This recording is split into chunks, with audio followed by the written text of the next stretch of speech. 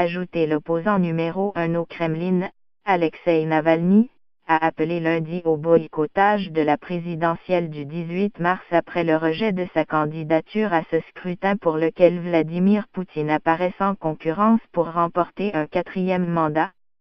Invoquant une condamnation judiciaire dénoncée comme fabriquée par l'opposant, la commission électorale russe a voté à l'unanimité, lors d'une réunion publique, pour refuser le dossier présenté la veille au soir par le juriste de 41 ans à l'issue d'une journée de mobilisation de ses partisans.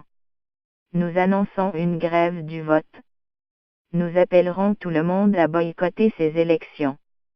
Nous ne reconnaissons pas les résultats de ces élections, a annoncé M. Navalny à la presse après cette décision. La procédure à laquelle nous sommes invités à prendre part n'est pas une élection.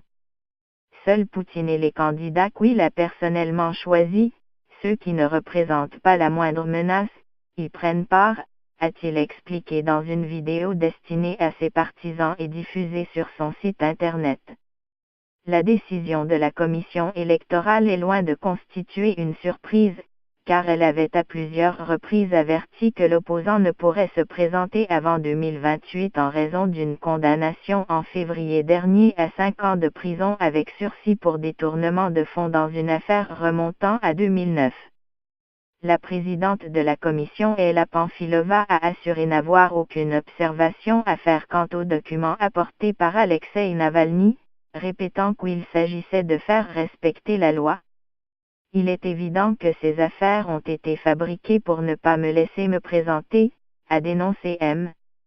Navalny lors des débats publics précédant la décision, s'appuyant sur une décision de la Cour européenne des droits de l'homme, CED. Base de soutien considérée comme le principal opposant au président Vladimir Poutine, qui brigue en mars un 4e mandat. Alexeï Navalny a mené campagne pendant des mois dans toute la Russie malgré les entraves et les pressions des autorités, ce qui lui a permis de gagner une fidèle base de soutien, souvent très jeune.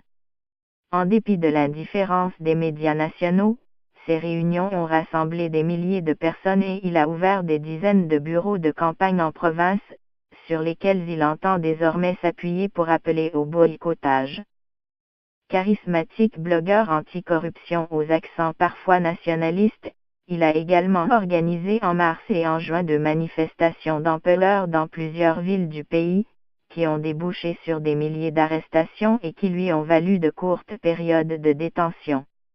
Dimanche, l'opposant a encore mobilisé des milliers de ses soutiens en Russie pour chercher à imposer sa candidature malgré son inéligibilité, organisant notamment à Moscou un show à l'américaine devant la presse et des centaines de ses partisans.